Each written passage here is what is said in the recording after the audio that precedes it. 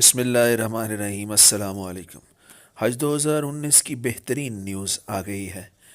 Government of Pakistan की तरफ से ऐलान किया गया है ऐसे तमाम लोग जिनकी उम्र 80 या उससे ज़्यादा है, जिनकी तादाद तकरीबन 10,000 है, वो इस साल एनुअल बैलेटिंग में नहीं शामिल होंगे, बल्कि उनको डायरेक्ट ही भेज दिया जाएगा और तकरीबन 500 से ज़्यादा लेबरर भी शामिल होंगे।